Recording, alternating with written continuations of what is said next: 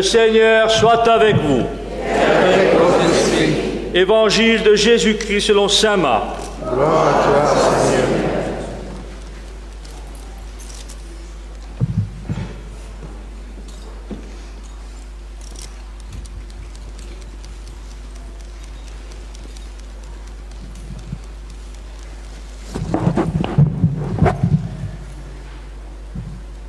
Jésus ressuscité dit aux 11 apôtres, « Allez dans le monde entier, proclamez la bonne nouvelle à toute la création.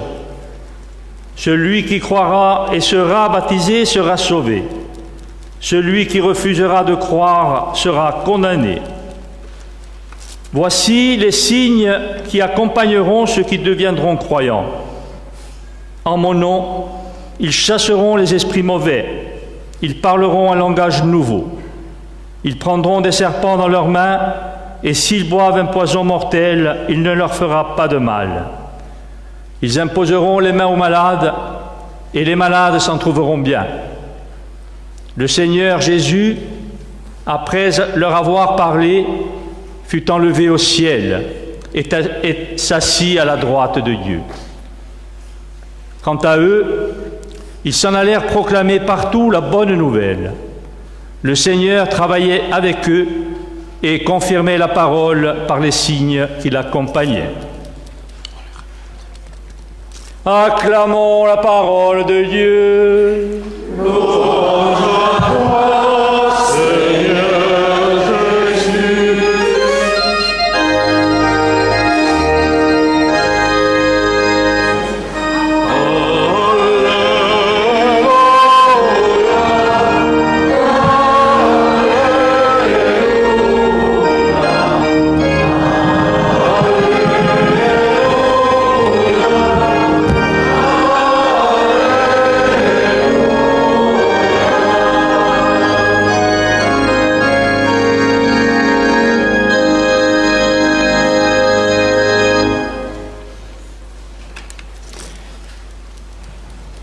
Chers amis, je suis content d'être parmi vous aujourd'hui pour la fête de Saint-Antoine. Et je veux me laisser conduire par la parole que nous avons entendue, écoutée, pour qu'on puisse la garder dans notre cœur, comme Saint-Antoine a fait pendant toute sa vie. Et Saint-Antoine, comme nous avons tous reçu le commandement de Christ d'annoncer l'évangile du salut.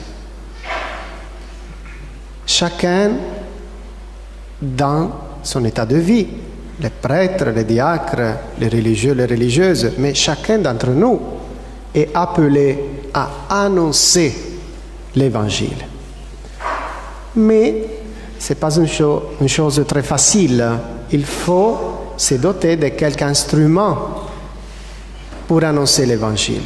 Bien sûr, il faut lire, il faut écouter l'évangile, la Bible, pour la connaissance du Christ, mais ça ne suffit pas.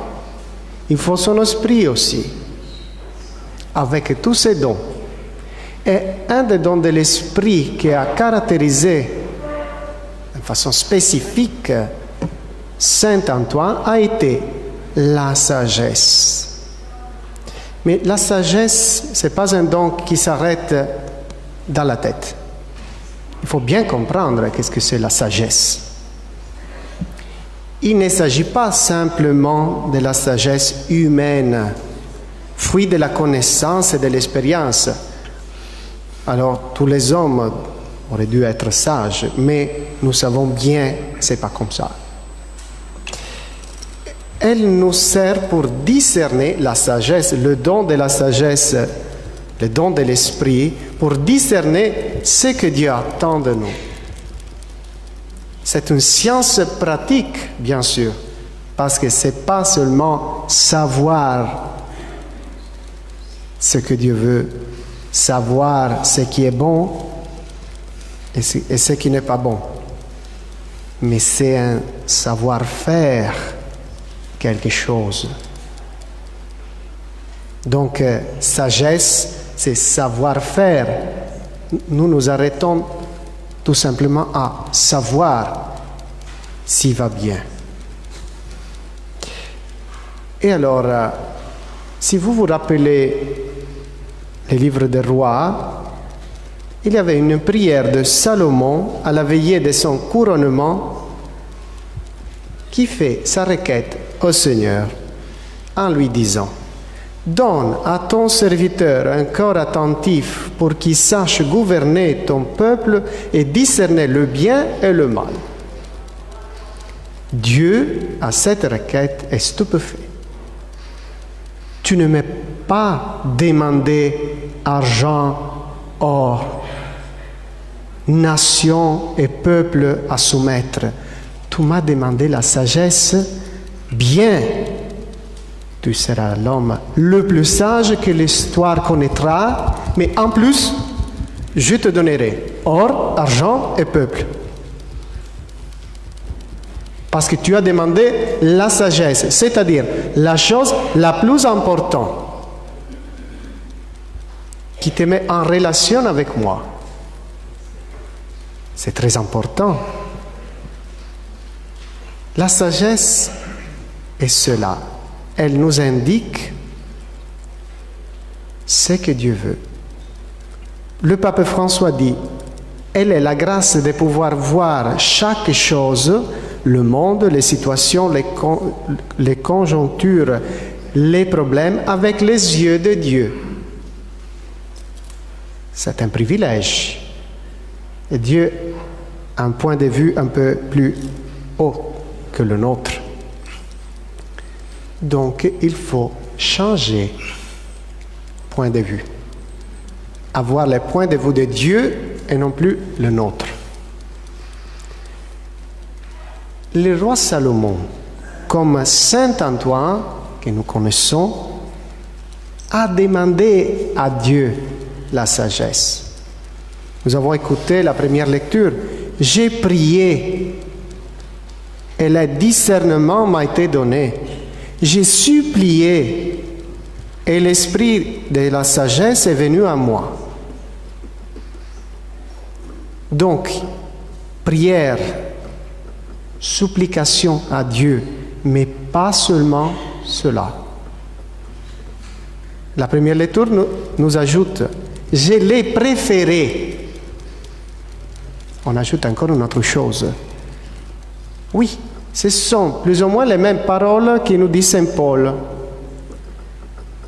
Mais tous ces avantages que j'avais, je les ai considérés à cause de Christ comme une perte.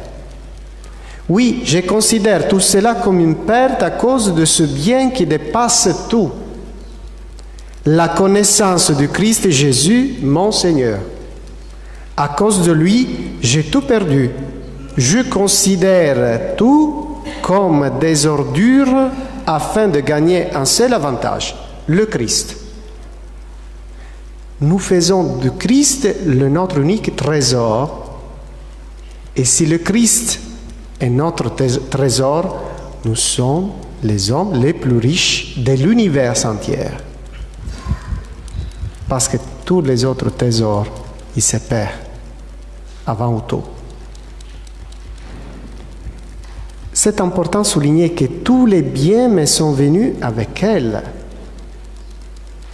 C'est-à-dire, j'ai choisi seulement une chose. Dieu est le don de la sagesse. Et Dieu m'a donné tout le reste. Ce n'est pas ma conquête, c'est un don de Dieu. Comme Jésus dit dans l'Évangile, cherchez d'abord le royaume de Dieu et sa justice, et tout cela vous sera donné par surcroît.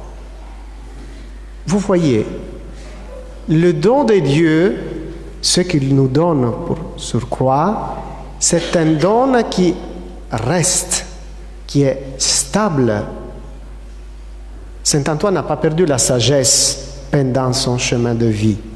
Il l'a gardé jusqu'à la mort. Nous choisissons l'argent, les amitiés intéressées et beaucoup d'autres choses, mais souvent nous les perdons après peu de temps. Alors le problème, il y a un problème très grand. Nous l'explique toujours la deuxième lecture, et que nous nous laissons secouer et mener à la dérive par tous les courants d'idées. Voilà, nous ne nous attendons pas seulement à la parole du Christ. Nous ne nous écoutons pas une bonne parole. Nous nous laissons secouer et mener à la dérive par tous les courants d'idées. Saint Antoine est devenu sage, contemplant la vérité et l'amour de Dieu, et il a lutté toute sa vie contre les hérésies de son temps, contre toutes les idées qui s'éloignaient de la parole de Dieu. Aujourd'hui, nous sommes, ne vous épouvantez pas de mes mots, nous sommes hérétiques, c'est-à-dire nous sommes éloignés de la parole de Dieu, de la volonté de Dieu, mais en même temps, nous sommes toujours à l'église en faisant la communion, parfois tous les jours.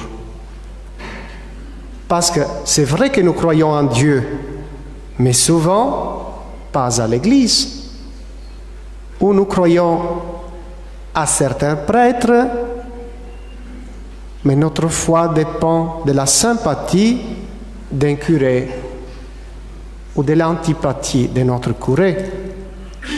Nous sommes capables de croire en Dieu et en même temps à la réincarnation, suivre le Bouddha ou les religions orientales, le spiritisme, la superstition, tout en même temps.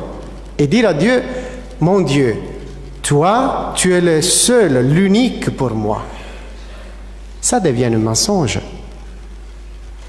Il y a 2000 années, 2500 années et plus, que le peuple d'Israël a compris que Dieu est unique et on n'a pas d'idole à ce niveau.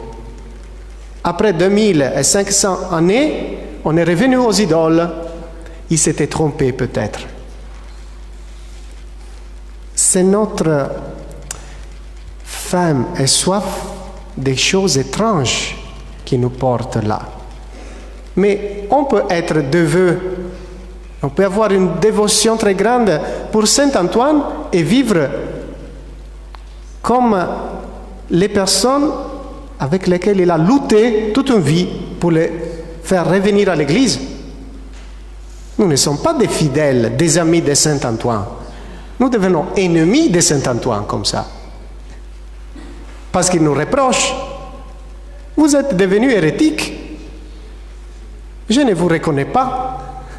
Qu'est-ce qui s'est passé? Ce n'est pas une question qui regarde seulement la Corse, mais c'est une question qui regarde l'Italie, qui regarde la France, qui regarde l'Espagne, l'Allemagne, un peu partout. Tout cela se passe. Et alors, écoutez, les fidèles sont organisés pour que les tâches du ministère soient accomplies et que se construise le corps du Christ, jusqu'à ce que nous parvenions tous ensemble à l'unité dans la foi et la pleine connaissance du Fils de Dieu, à l'état de l'homme parfait, à la stature du Christ dans sa plénitude. C'est que Dieu, le Christ, Saint Antoine, l'Église sont en train de faire. L'unité dans la foi pour arriver à être des hommes, des femmes parfaits. Alors c'est l'imperfection que nous recherchions dans notre vie, ce n'est pas la perfection. Le problème est que parfois nous proclamons l'Évangile comme nous commande le Christ, mais un évangile hérétique selon ce que je vous ai dit avant, parce que nous n'avons pas écouté l'annonce, nous n'avons pas cru à tout ce que l'Église nous propose et le Christ nous propose. Il n'y a pas une vraie et correcte connaissance de Christ, mais nous connaissons un Christ selon moi, mon Christ personnel. Combien de Christ existent dans le monde? Millions? Billions? Il est seulement un. Une Église, une foi, un Christ, un seul Dieu. Vous voyez l'importance de unifier notre foi. Nous ne pouvons pas continuer à avoir une foi personnelle. Ce n'est pas la foi chrétienne catholique. C'est une autre foi personnelle peut-être. Mais parfois, ça se passe même chez les protestants. Quelqu'un qui se lève un jour et fonde une église. Mais ça se passe quand il n'y a pas une unité.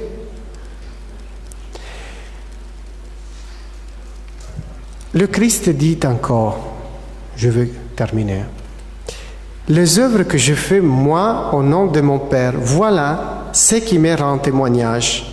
Mais vous ne croyez pas, parce que vous n'êtes pas de mes brebis. Mes brebis écoutent ma voix. Moi, je les connais et elles me suivent. Mes brebis écoutent ma voix. Voilà alors l'importance des signes que nous avons écoutés dans l'Évangile, de ceux qui appartiennent à Dieu comme Saint Antoine, que nous suivons encore depuis 800 ans.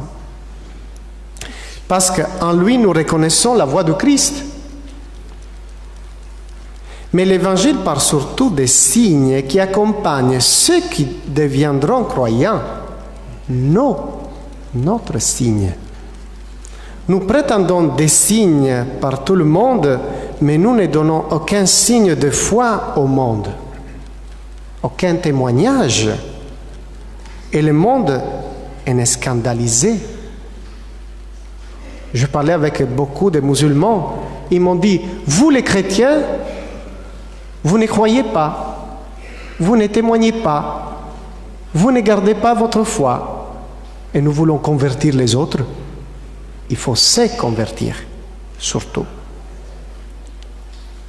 Rappelez-vous que Saint Antoine nous a humiliés profondément parce que quand son message a été refusé, il y allait chez les poissons pour annoncer le Christ. Et ils ont répondu à la parole. Il y a un tableau qui nous montre cela. Rappelez-vous que quand un homme ne croyait pas l'Eucharistie,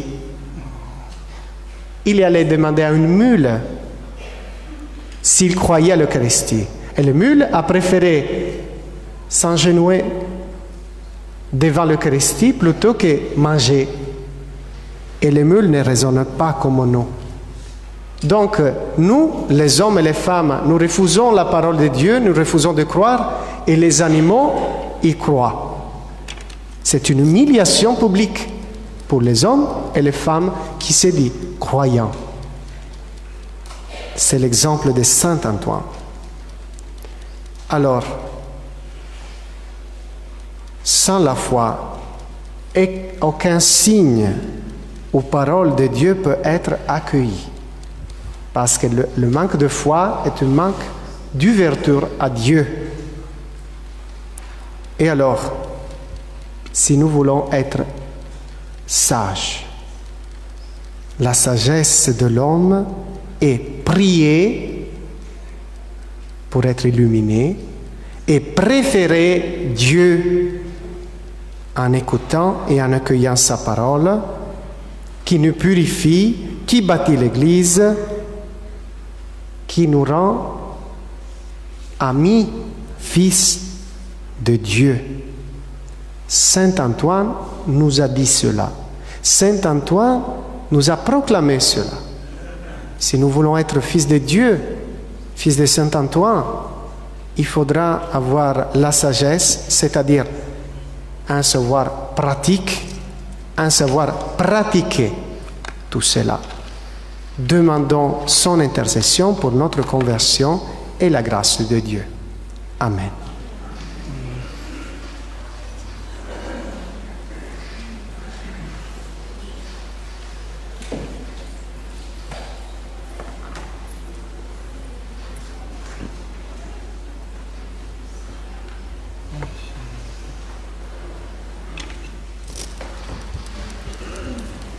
Maintenant, nous faisons notre profession de foi. Je crois en Dieu, le Père Tout-Puissant, Créateur du ciel et de la terre, et en Jésus-Christ, notre Fils unique, notre Seigneur, qui a été conçu du Saint-Esprit, est né de la Vierge Marie, a souffert sous Ponce Pilate, a été crucifié, est mort et a été enseveli, est descendu aux enfers. Le troisième jour est ressuscité des morts, est monté aux cieux, est assis à la droite de Dieu, le Père Tout-Puissant, d'où il viendra juger les vivants et les morts. Je crois à l'Esprit Saint, à la Sainte Église catholique, à la communion des saints, à la rémission des péchés, à la résurrection de la chair, à la vie éternelle. Amen.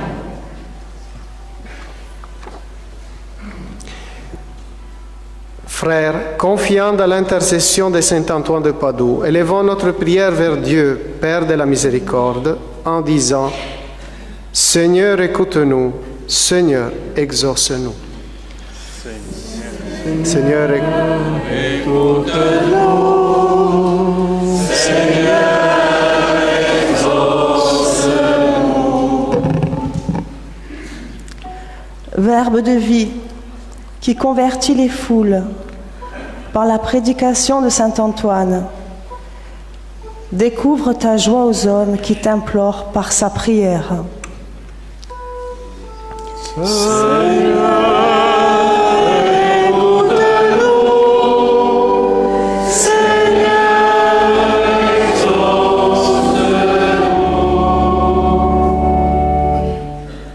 Verbe d'amour qui combla de ferveur et de zèle le cœur de saint Antoine.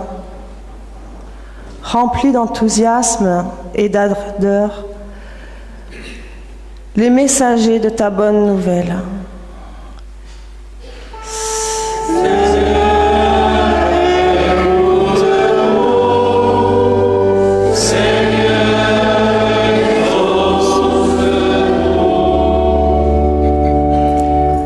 Verbe de lumière qui illumina l'Église par les enseignements de saint Antoine.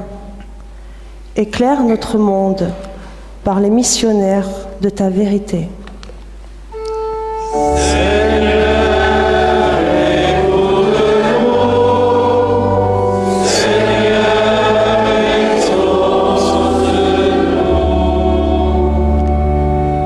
Verbe d'espérance qui redonna force et courage aux pauvres et aux petits.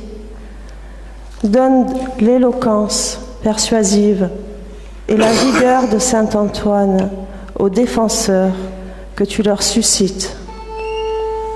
Seigneur, exauce-nous, Seigneur, exauce-nous.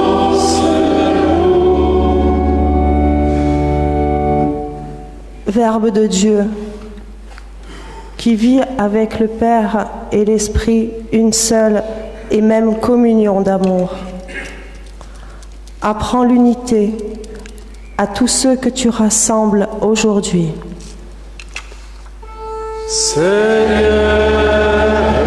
écoute-nous, Seigneur, exauce-nous.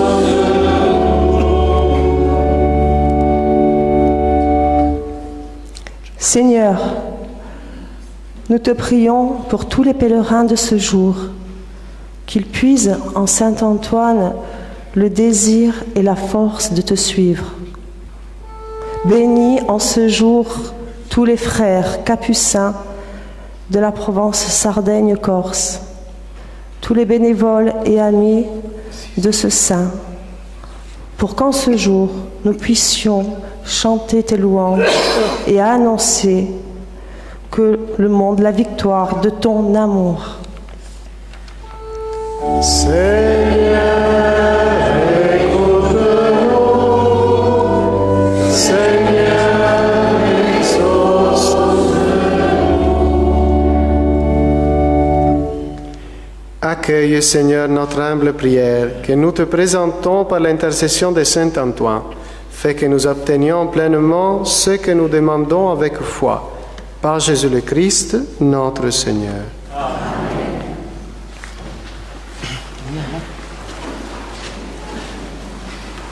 On y va?